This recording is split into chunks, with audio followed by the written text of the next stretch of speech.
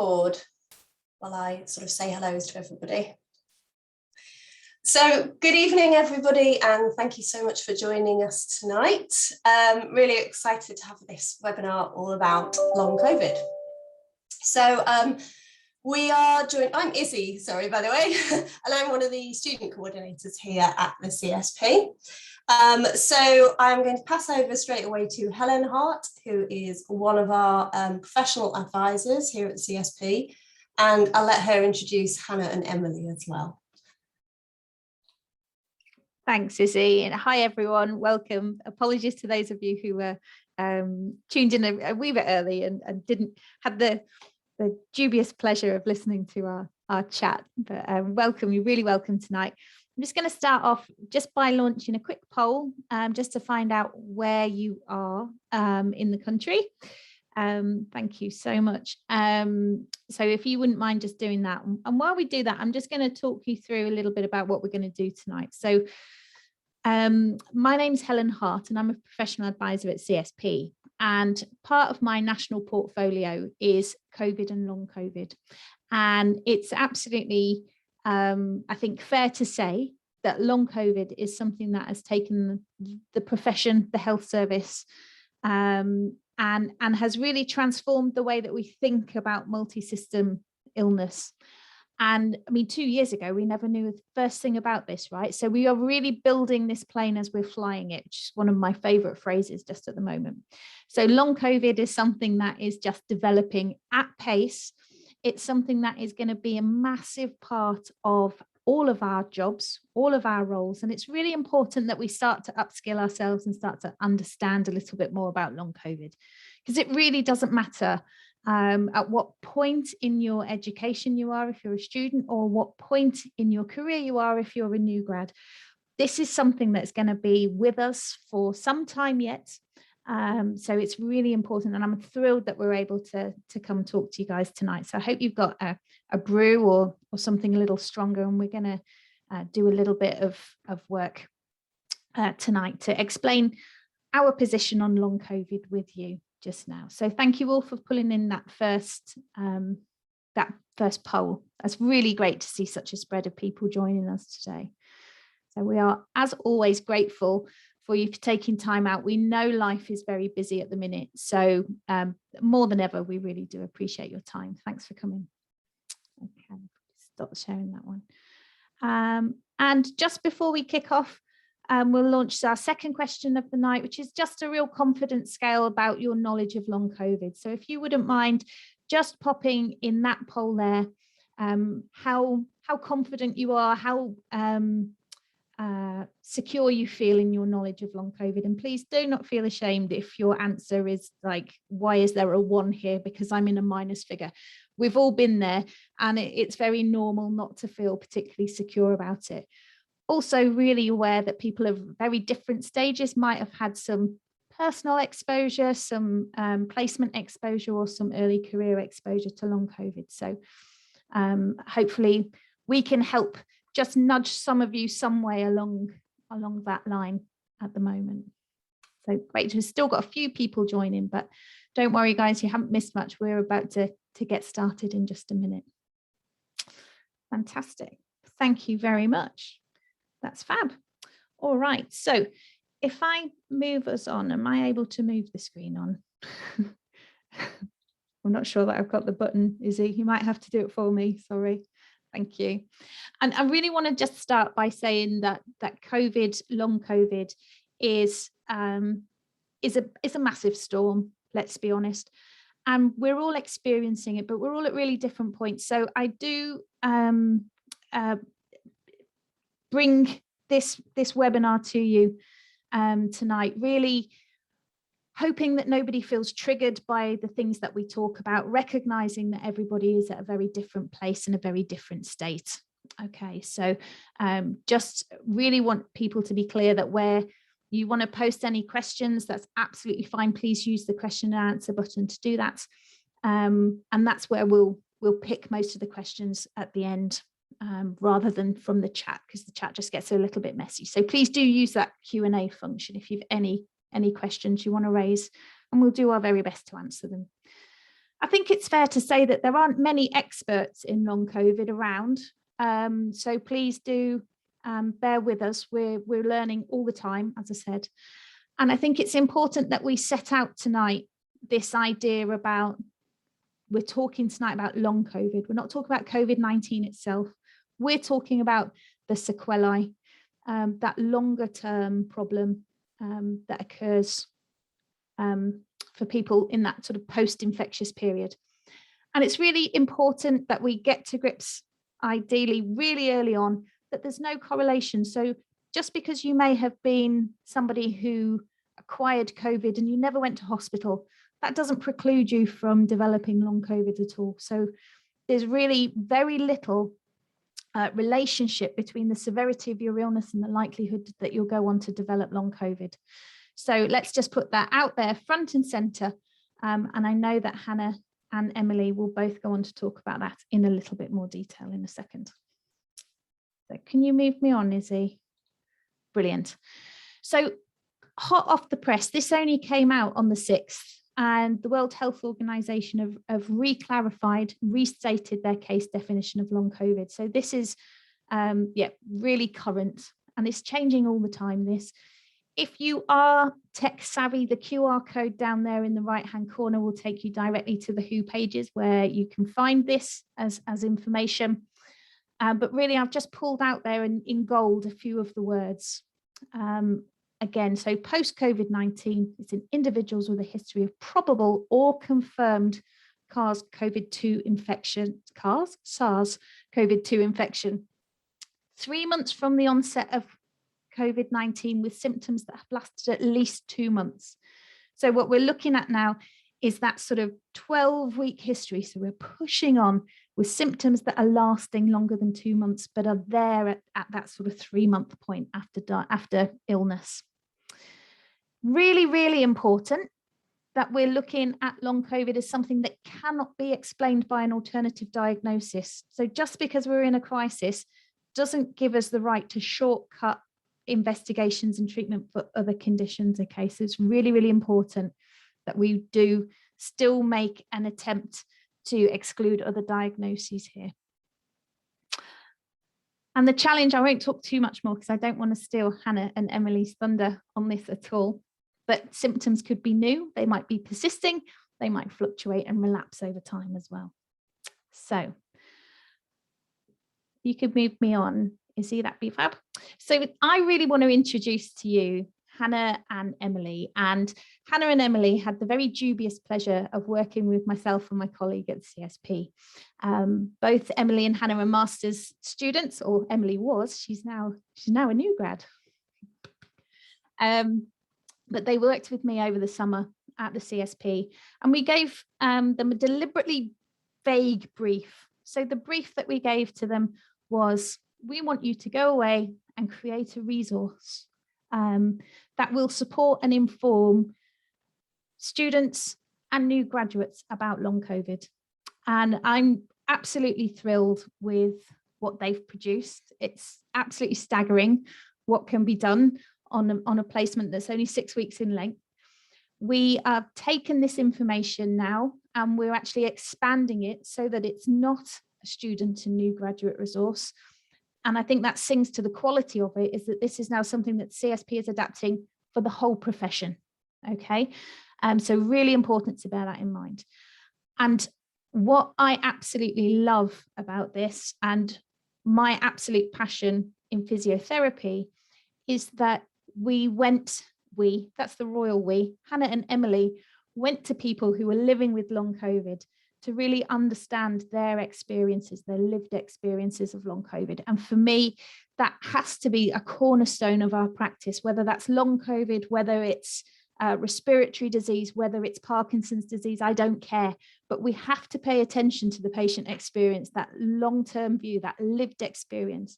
And it's something that Hannah and Emily just did with absolute beauty. So without any further ado, I'm going to hand over, I think, first to Hannah, who's going to talk you through a little bit of the data and set the scene for us.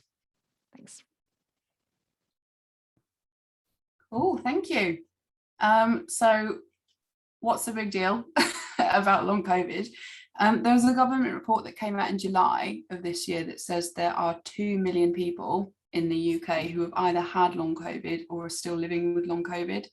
Now, all of that data comes from mostly self-reported figures, but it also gets extracted from GP records, hospital records, that kind of thing. So there's a chance that there's a little bit of underreporting there, because that's relying on people, going out of their way to seek help for it, or having the health literacy to recognize that, maybe I've got long COVID, something along those lines. So there's probably a few populations that are underreporting it. Now, what's really interesting about the self-reported data is that it shows that your kind of target population of people with COVID and people with long COVID actually don't line up as well as we think they would. But kind of in terms of statistics, the things we do know a little bit more for sure are the shorter term things. So we know that 1 in 5 people with COVID-19 are still experiencing symptoms of COVID after 5 weeks of being ill, and 1 in 10 of them are still experiencing symptoms after 12 weeks of being ill. But in terms of kind of risk factors and target populations, if you wouldn't mind going to the next slide, please, Izzy.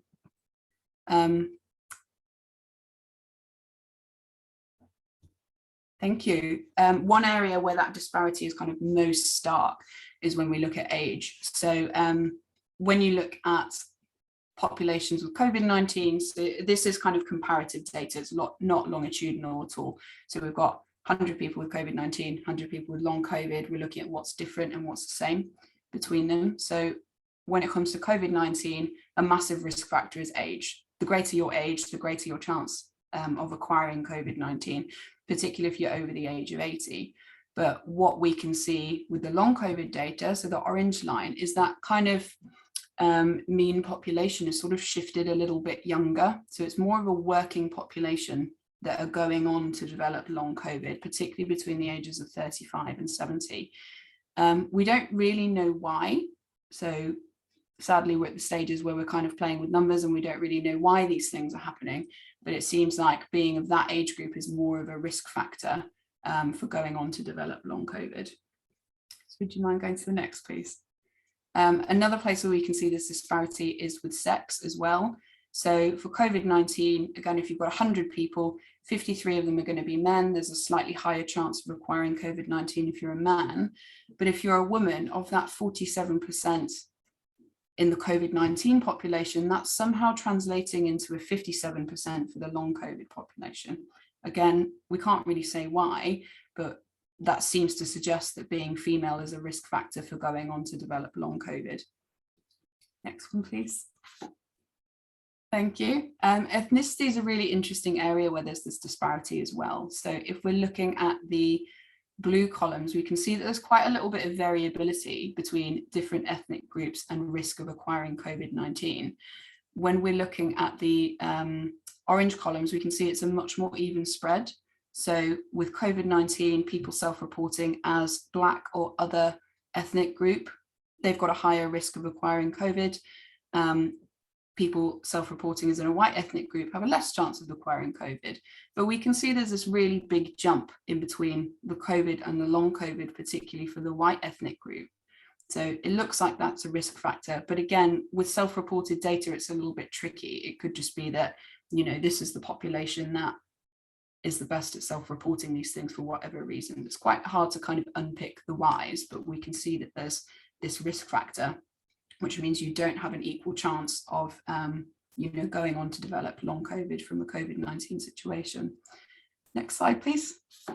So one place that COVID-19 and long COVID are actually very similar is when we look at socioeconomic deprivation. So across both conditions, the more socioeconomically deprived somebody is, the more likely they are to acquire COVID-19 and the more likely they are to go on to develop long COVID as well. Now, that doesn't come as a particular surprise because that's the case with a lot of different health conditions, particularly long-term health conditions, but it does represent quite a significant health inequality. And second to last is we see this other trend with long COVID, that there's a bit of an overrepresentation of people with pre-existing health conditions.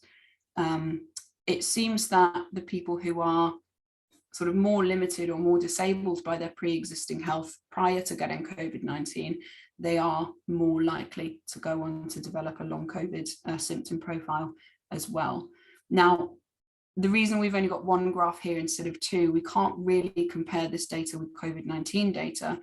That does exist, COVID-19 data looking at kind of level of disability and pre-existing health conditions, but it's more related to mortality data rather than sort of infection rates per se. So we can't compare them directly in that way. And lastly, one of the major risk factors we see for long COVID is actually in employment. So what we can see here is that 78% of people living with long COVID are health and social care workers. There's speculation that that could be to do with the viral load that you're exposed to when you have COVID-19, but it's really, really difficult to make that comparison because, as Helen said, the severity of your illness when you have COVID-19 has absolutely no bearing on your chances of going on to develop long COVID or how unwell you are with your long COVID as well. Now, all of that does sound a little bit bleak, but I have some good news, is that in newer data that's very recently come out, is that vaccination is associated with a reduced incidence of going on to develop long COVID. So people who've had 2 COVID vaccinations are half as likely to go on to develop long COVID. That's amongst the general population. In the 18 to 60-year-old age bracket, it's even more than half. So hopefully we're looking at a situation where people are now less likely to go on to develop long COVID. But that doesn't necessarily mean that the people who have had long COVID are kind of getting any better because they've been vaccinated. This could be, you know, a consideration that we've got on the cards for 12 weeks, or it could be anything longer than 12 weeks. Some people have unfortunately been living with long COVID symptoms for a really, really long time now. So would you mind going to the next slide, please, Izzy? That's who gets long COVID and how it's different from COVID-19. But how is long COVID diagnosed? So the simple answer to that is it's not simple, I'm afraid. Long COVID is a diagnosis of exclusion, which means that there is no particular test for it per se, and we have to exclude lots of other kind of likely candidates for the diagnosis beforehand. One thing that's really, really important to be mindful of is that you don't need to have a history of a positive COVID test, PCR test, lateral flow test in your past to be able to be considered for long COVID. So yes, it is a prerequisite that you have to have had COVID-19 at some point, but you don't need that confirmation of a test. That's kind of widely accepted now because I think people realize that over time, there's not always been kind of easy access to COVID-19 tests. And there are some people that, you know, were ill before COVID-19 tests were even a thing. But, you know, for the people who are seeking help in kind of springtime, summertime of 2020, that's a really significant bias that they faced. There was this idea that you couldn't possibly have had COVID unless you had a positive test. And therefore long COVID was off the table for you as a consideration. And what that did is that made those people feel really invalidated, and it also incurred delays to getting the help that they needed to get. So that's not a kind of helpful rhetoric to have, but fortunately that's kind of improving over time. So in terms of diagnosing long COVID, the most important thing is definitely history, is hearing the story of that person in front of you and looking for any hints that might raise that clinical suspicion of long COVID. Any good history is going to consider not just the physical factors, but also psychosocial factors and kind of functional abilities as well. One thing that's kind of key about long COVID is the physical symptoms can be really, really fluctuating. People can kind of have a relapsing and remitting picture. They might go through periods where they're feeling really well, or their symptoms might just change all the time. So what's more important and what's more relevant in terms of their well-being as a total is how is it affecting them? One thing that really raises the suspicion of long COVID as being part of the picture is that if someone is describing to you they've had a really significant reduction in their functional ability in quite a short period of time. So if people are saying things like, you know, I used to be really independent, but now I'm struggling with living independently, or, you know, I used to work really hard and now I'm struggling with activities of daily living.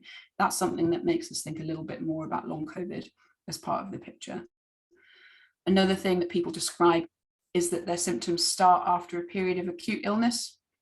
So they might say something like, you know, I had a really bad cold or I had a flu or something like that. And then when I got better, that's when these problems started. That also makes us think of some kind of, you know, post-viral process, or bringing long COVID a little bit more to the forefront of our minds.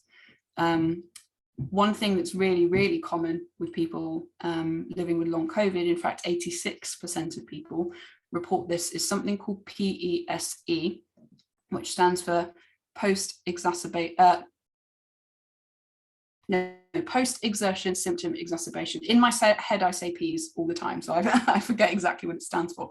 But what that means is when, you know, if you're kind of not doing a great deal, if you're resting, your symptoms are quite well under control, but as soon as you try and exert yourself, you get this really big spike in the severity of your symptoms. So that could be physical exertion, it could be trying to exercise, it could be cognitive exertion, so, you know, going to work, having conversations, or it could just be social exertion. And people describe this kind of cycle of, you know, when I'm not doing much, I'm fine, but as soon as I try and do anything, I get set back. And that setback, or that kind of relapse, could last for several days or several weeks. So they go through the cycle of feeling okay and then not okay, which is what we describe as PESE. And that's a really, really common symptom. It's kind of part of the common symptom profile of long COVID.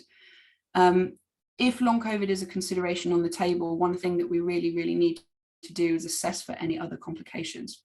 The three most common complications are oxygen desaturation on exertion, they are ongoing lung pathologies, and they're ongoing cardiac considerations as well. So all of those things are quite intimately tied with COVID-19 disease, but they are also kind of things that we need to consider in the longer term picture as well for long COVID. So we need to, I'll write it down in the chat about the PESE. But what we need to do is we need to send people for these investigations if we're considering that, you know, they might have an ongoing issue with their lung tissue, or they might have ongoing cardiac implications. And if any of those things do crop up, that's what needs to be addressed as a priority before we start going back to the long COVID conversation. So in terms of the symptoms themselves of long COVID, I think I pass over to Emily for that one.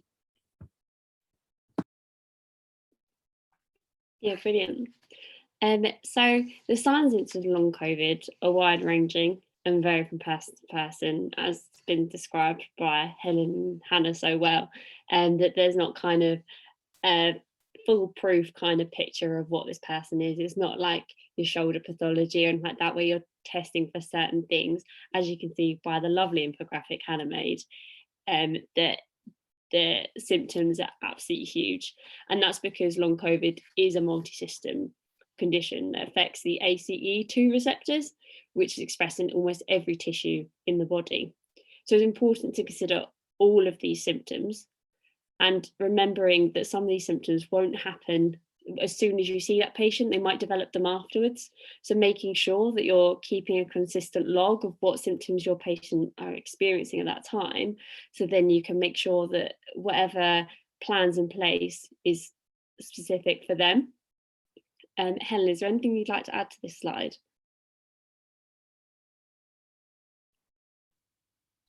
Sorry, it's just trying to get my self off video and off mute. Yeah, I think, I mean, what's really key here is to know that pretty much nothing is off the table when it comes to a diagnosis of long COVID. As Emily said, that expression of the ACE2 means that any system can be affected. And so you need to be really thinking, I mean, we do know what gets affected more. We know that people will present much more with this cognitive impairment, this brain fog. We know that some of the arrhythmias and the pericarditis and the palpitations can be a really strong feature, the fatigue being a really strong feature. But really that's only what we know from those who've done that self-reporting piece. So we know that there's a huge sort of weird and wonderful range of presentations that are out there. And I think that is why it is so important that we think about long COVID being everybody's business. So whether you are in an MSK clinic, or whether you are in I don't know, community rehab team, or any setting that you work in, there's obvious things here that we can see that that might indicate that sort of long COVID profile. So everybody's different. It's incredibly difficult, and that's where history is so important. But the other thing that I would say about taking a history is that you need to be really mindful of that PESE that Hannah was talking about, and we'll talk a little bit more about that in a while. But in over assessing to try and go through all of these signs and symptoms could actually set somebody off on a symptom exacerbation profile. So you have to be really mindful that you probably can't solve this in one session, that you just need to be really open to hearing and rolling with some of the ambiguity and some of the weird and wonderful things that the patient in front of you is presenting with or telling you about. But yeah, it's fascinating. All right. We go to the next slide, Izzy. Brilliant. So with such a big variety of symptoms, I know I was really overwhelmed at first with the thought of long COVID, because I was like, how is it possible for physiotherapy? Where do we sit? Where do we stand in this? So the main thing I wanted to figure out is how physiotherapy can help, but more importantly, how can we make sure that we're causing no more harm to these patients? So what I wanted to do was try and create something, and I managed to do that in the form of this red flags. So I wanted to know when I should refer, especially moving into a new graduate role, into my Band 5 role. If I was presented with this patient, when do I need to refer, and when can I keep this patient, or what parts of this patient can I manage and what parts need to be referred onwards? I can go to the next slide. Great. So just as we see red flags for lower back pain, that's kind of how I saw long COVID. So where they're identified, we want to stop, rest and pace, and seek advice from long COVID specialists and their GP and possibly other consultants. So exercise is a great rehab intervention, as we know, and we often use it as our bread and butter to rehabilitate patients that are deconditioned. But with non-specialist staff, especially in the long COVID population, it can be harmful to prescribe these conditions, and you need to show extreme caution.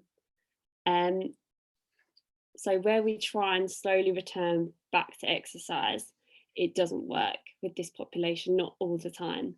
So we need to make sure we get the right approach, because we've learned this from those living with ME and chronic fatigue syndrome, and those working in those communities, that this isn't the right rehab intervention with people presenting with the red flags that are presented below, and that's why specialist advice is needed. So over the next few slides, I'll have a look at post-exertional symptom exacerbation, like Hannah and Helen just spoke about, cardiac impairment, exertional desaturation of oxygen, and autonomic dysfunction or static intolerances. So, perfect. So post-exertional symptom, I'm doing it as well, Hannah. Post-exertional fatigue symptom exacerbation screening is so important to make sure that we're not prescribing exercises or any sort of physical activity that might exacerbate this patient's condition, because what this can cause is massive fluctuations in their condition, which we really don't want. Because what the aim of physiotherapy to do with this population is try and level out and make those exacerbations manageable. So to screen for PESE is to ask about how symptoms are impacted by any physical, cognitive and social activities. So especially focus on cognitive and social, they can sometimes be forgotten. So if a long day at work or a long day socialising with friends is really leaving them knackered afterwards. When I was speaking to one of the patients living with long COVID, or one of the individuals, I should say, living with long COVID, even during that conversation, I had to be really mindful of how long that conversation was running for, that they were just talking to me. So the next day, their symptoms could be really exacerbated. And you have to consider 12 hours to 3 days afterwards. So it's really important to monitor really carefully and say 12 hours to 3 days, not just the next day, not just treat it a bit like DOMS in the sense of 48 hours after, you've really got to get quite a detailed history of how that affected them a few days afterwards. So most importantly, PESE isn't improved by a good night's sleep. You can't just rest and then hope it gets better. It's not restorative. Rest is not restorative. We know individuals that initially presenting with long COVID that don't have PESE may go on to develop it. So you have to be really careful and monitor these patients closely just to make sure that they don't go on to develop it. Because again, then you need to look at what exercise, what cognitive things they're doing at work, what social activities they're doing, and look at those in more detail if they do start to develop. So the monitoring that I'm talking about should include the signs and symptoms. So if they get an exacerbation of one of them, or the brain fog increases, and just keeping in mind the days after. Okay, and next slide. It's the cardiac impairment. So investigations for screening for cardiac impairment should be performed if an individual presents with chest pain, shortness of breath, bradycardia or hypoxia, and this needs to be done to make sure we found a cause for that before we start treating anything else, because this could be due to cardiac impairment, as we know that COVID-19 and long COVID can sometimes cause untoward effect to the heart muscle. So all individuals with these symptoms should have a focused medical history and examination. And whenever looking at returning back to work, consider a low-grade cardiac impairment.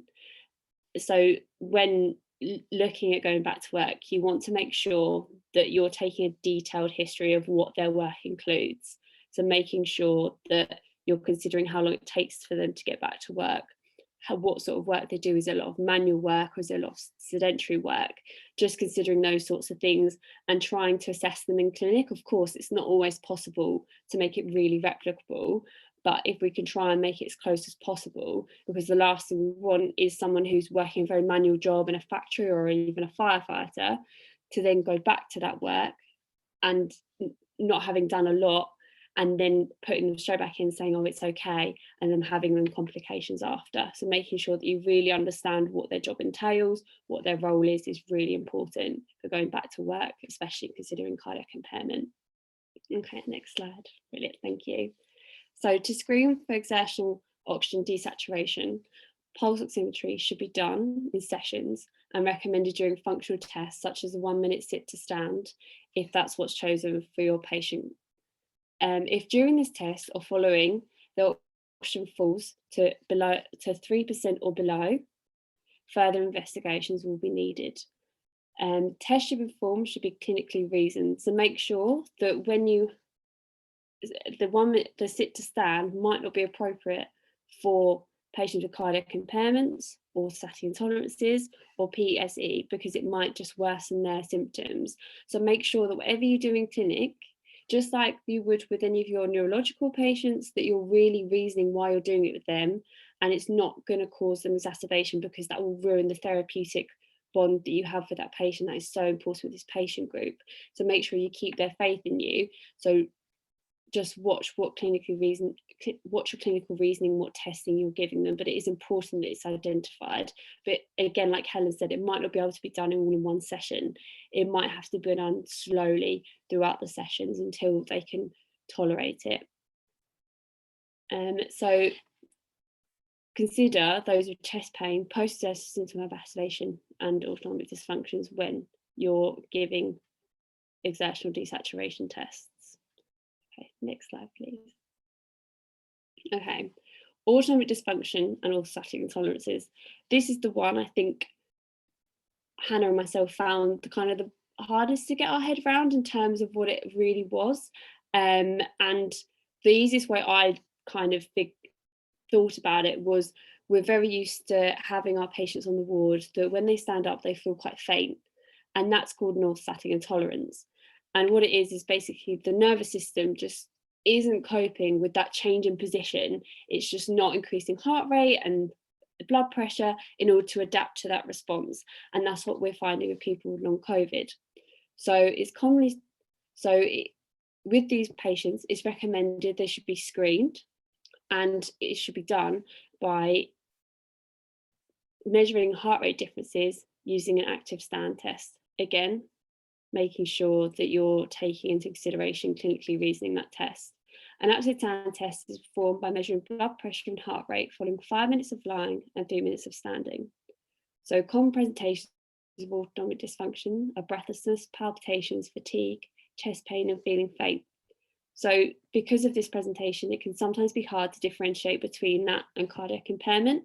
So they might have to be screened for cardiac impairment before you can say that they have an orthostatic intolerance as well. So just bear that in mind. And that's absolutely fine to go down that route as well, to make sure that your cardiac impairment is ruled out before you start going down something else. Again, just like Helen said, don't put them in a box. Don't say, oh, they must have this, they must have that. Just keep your mind nice and open and clinically reason everything you're doing.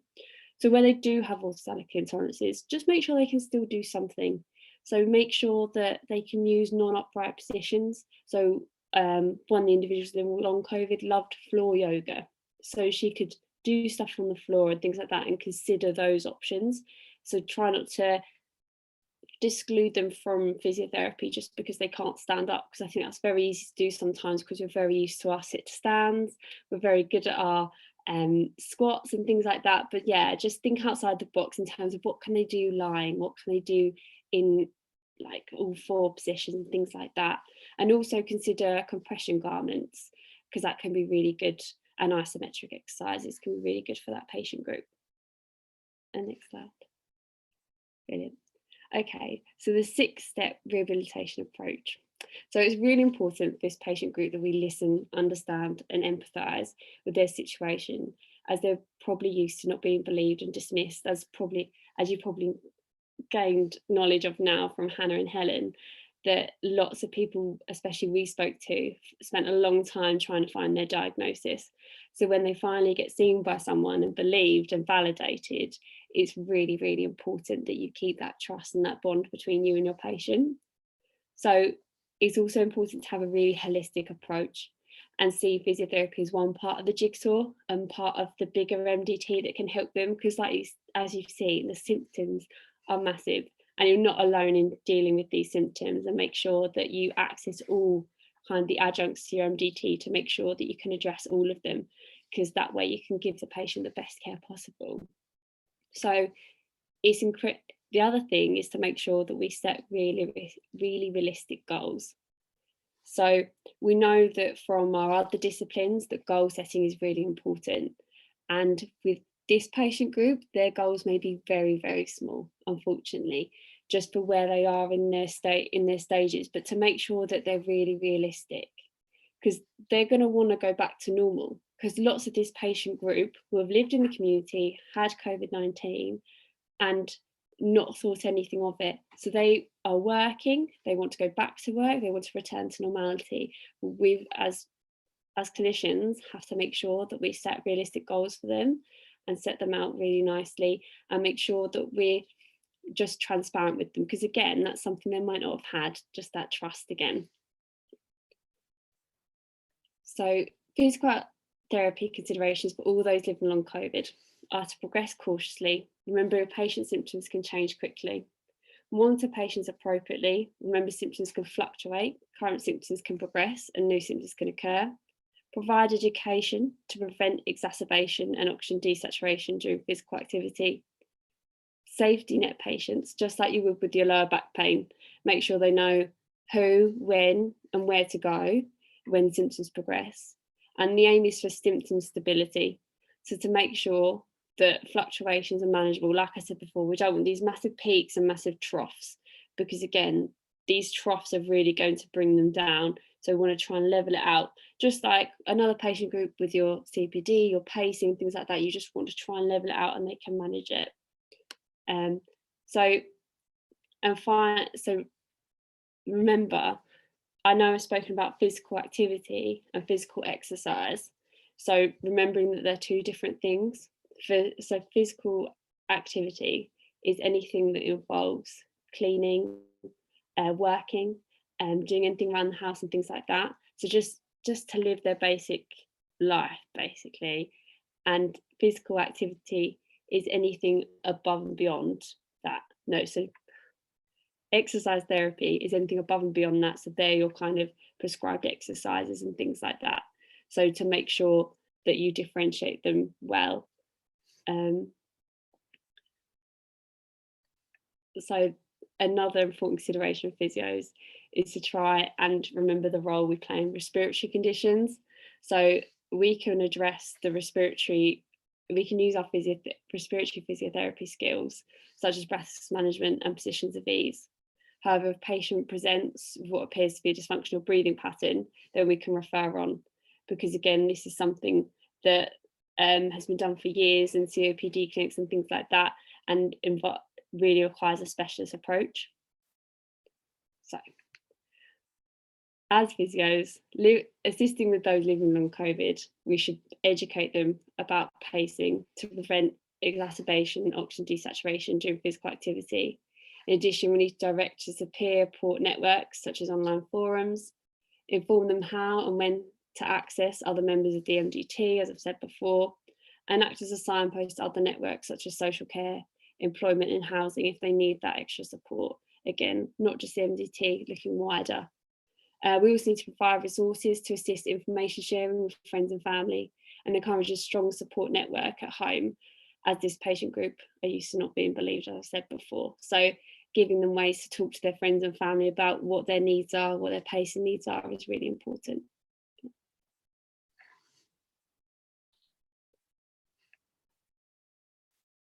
Great. Thank you so much, Emily. That was fab. And to you as well, Hannah, really, really comprehensive sort of run through about the resource that Hannah and Emily have produced. Now, I was really hopeful that I could give you a direct link to that resource. But as I say, we're actually reformatting it at the moment so that we're going to be able to bring it to a wider audience. But that said, there are still significant amounts of support out there. And again, the smartphone savvy of you will be able to use your QR code readers to go directly to those sources of support. So the first thing I want to flag with you is the CSP COVID-19 rehab standards. So I've pulled up here the community rehab service delivery standards, and I've been quite deliberate in that. So there are 3 sets of standards that CSP has written relating to COVID-19, and long COVID features in all of them in their second iterations, particularly area that we enhanced after the first iteration.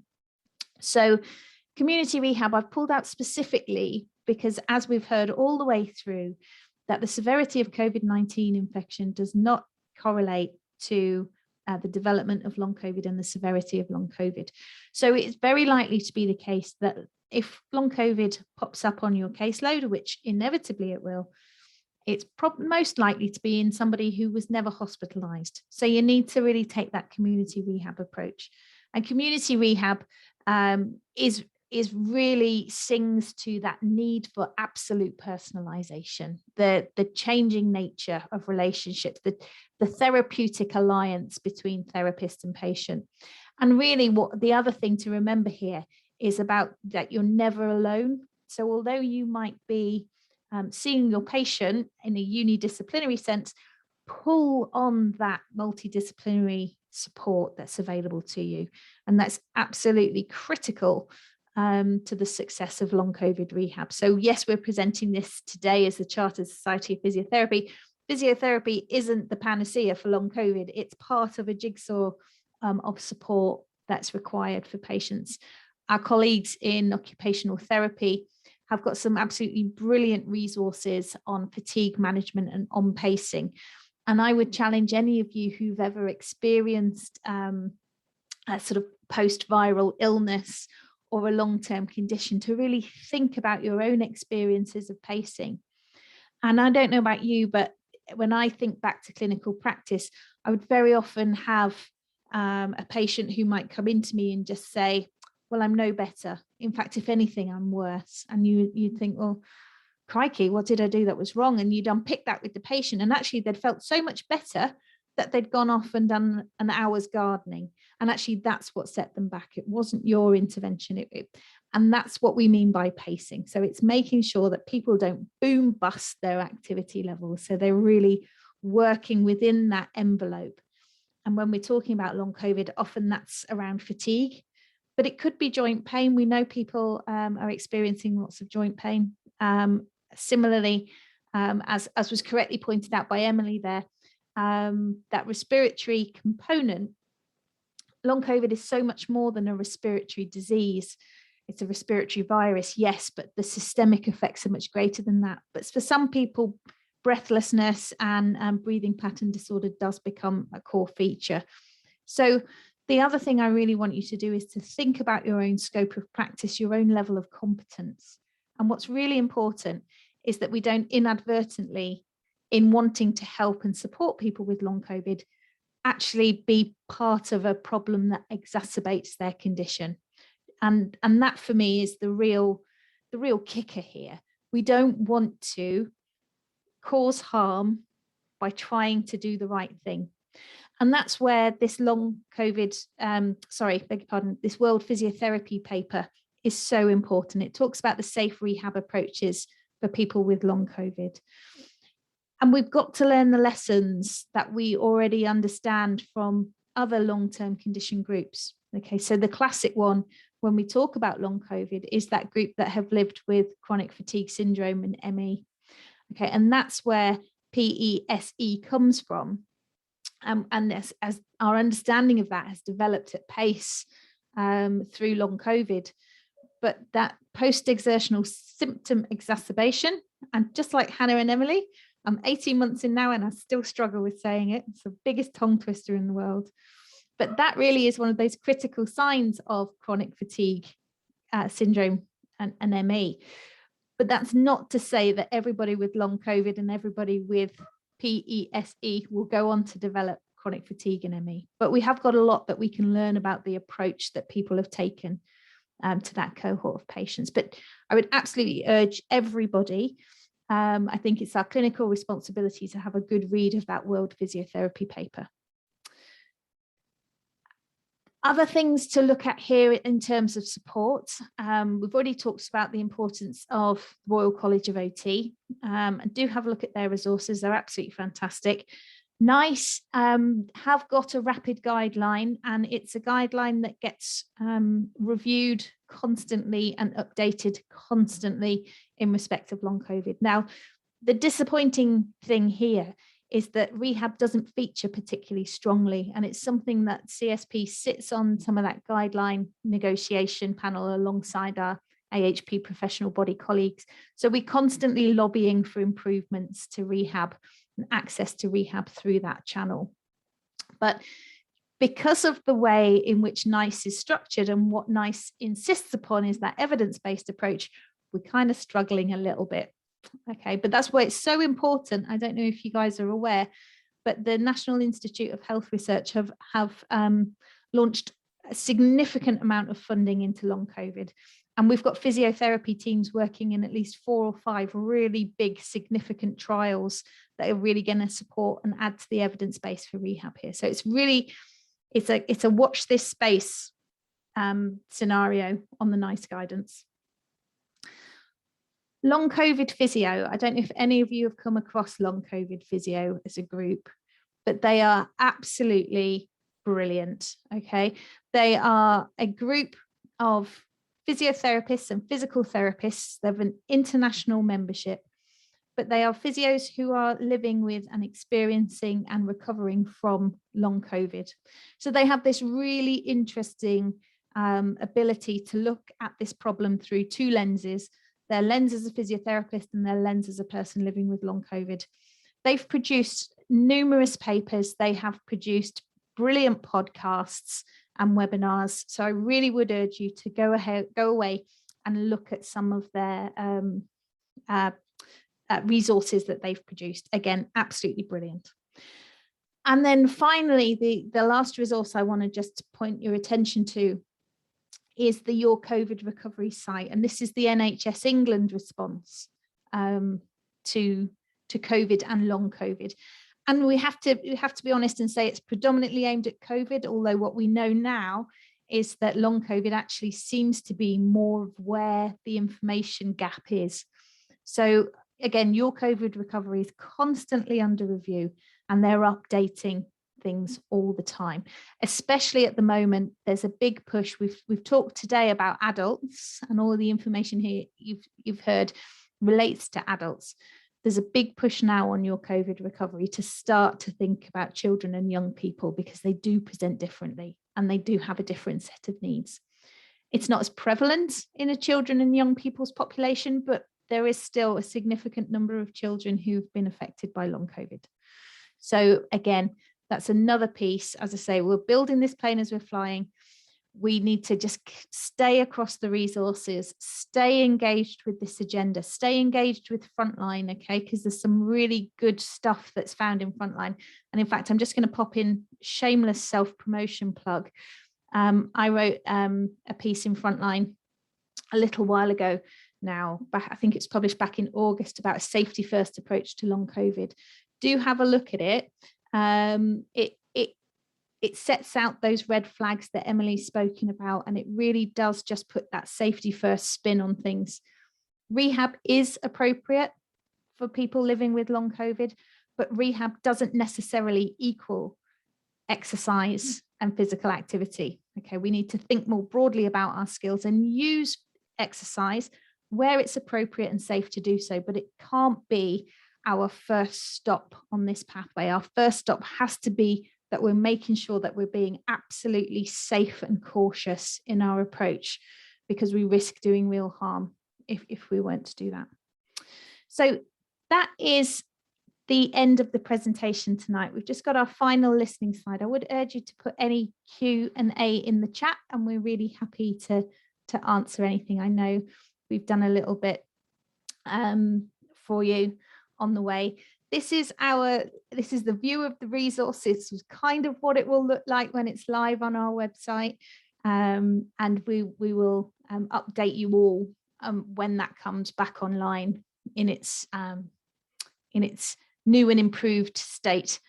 Nothing wrong with what was done here. This is an absolutely brilliant piece of work, and it will sit proudly on my CV that I supported Hannah and Emily in this project, because it's absolutely brilliant. You guys are fantastic. Thank you very much. So, a great question just popped into the chat here about the link between long COVID and burnout within healthcare workers. Is it possible to separate the two? Well, that's the $64 million question, really. I think undoubtedly our healthcare workers have been absolutely under the cosh for approaching 2 years now. Many of them will have been sick, and many will have symptoms. Burnout is slightly different. I think because of its very much sort of psychologically driven, this is a physical presentation. So, of course, people who are living with long COVID are suffering some anxiety. Who wouldn't be living through a sort of a global pandemic and still feeling ill on the back of it, watching the economy go to the dogs, trying to get back to work and really struggling to do that. I think that is where the challenge comes for us. As I think it was Hannah that mentioned the viral load, and we think that's why it is that predominance of health and social care workers. But yeah, it's a really interesting question, and you just have to take it case by case. And I don't think, I think it's a really valid question. I don't think we can say one is more important than the other at all. It's not about resilience or anything like that. This is a real health condition that we're just starting to learn about. So I hope that helps. The other question that we've got here is about benefits, and yeah, it's really interesting one, because the social care system is struggling to keep pace with this, and it's because, well, in order to access social security and benefits, you need to have a label. And getting the label of long COVID is probably one of the biggest challenges that we face just now, because it's about this diagnosis of exclusion. We can apply labels really, really easily within healthcare, and it's making sure that we do it right. Long COVID is just so disparate in its definitions and in its presentation that we're just starting to see the system sort of starting to catch up a little bit. So all of that benefits work is something that I think we will see increasingly over the next 6 months. We're now starting to see cases come through. Obviously, as CSP members, you'll be aware that there's a trade union function as part of the professional body. And we're starting to see cases now of people who have failed their return to work. They just can't get back because traditional return to work is not set up and it's not fit for purpose for people living with long COVID. It's tipping them back outside of their energy envelope and they're really struggling to return. So what we're now seeing is that we're coming through that sort of long-term health issues in the workplace, and some people are sort of in negotiations there about what does this mean as an occupational illness in terms of the need to access benefits in order, when statutory sick pay stops, when COVID special pay stops, and all the rest of it. So it's an emerging picture on the benefits side. I think it's something that we're just going to have to wait and see. But again, keep engaged with the CSP, because there is lots of new stuff coming out about this all the time. The TUC, the Trade Union Congress, are pushing for this to be recognised as an occupational disease, which will change the profile of how the benefit system will respond to long COVID in the longer term and the medium term. I hope that's helped. Okay. And Rebecca's got a great question here about females who are more likely to self-report illness in general. How much do you think accounts for the increased prevalence of long COVID in women? That is absolutely fascinating as a question. And I'm just so conscious of time, because you've got me on my high horse now, Rebecca, because I'm such a feminist at heart. There is evidence that females do self-report more, but there's also a significant evidence base to suggest that there is medical misogyny at play within a number of long-term conditions. So it will be really interesting to see. Of course, remember that occupational group, the health and social care workers, well, many of those will be women. We know that women are the bulk of the workforce. So is it that's the link? I think it's an interesting question, and I don't think we'll have the answer to it for quite some considerable time. I really hope that was helpful. We've run out of time to answer any further questions, I'm afraid. But we will pick up the remaining Q&As, and I'll do my very best to answer them and perhaps upload them with this recording after the event. So I hope you found that really helpful. I want to extend my absolute thanks to you all for joining us tonight, and especially to Emily and Hannah, who have just been an absolute joy to work with. And I do miss their smiley faces on my teen screen every day. So thank you guys, you did a brilliant job tonight. Well, thank you for having us. Thank you everyone for coming. We hope it was helpful. Yeah, thank you everyone for coming, and thanks for having us again.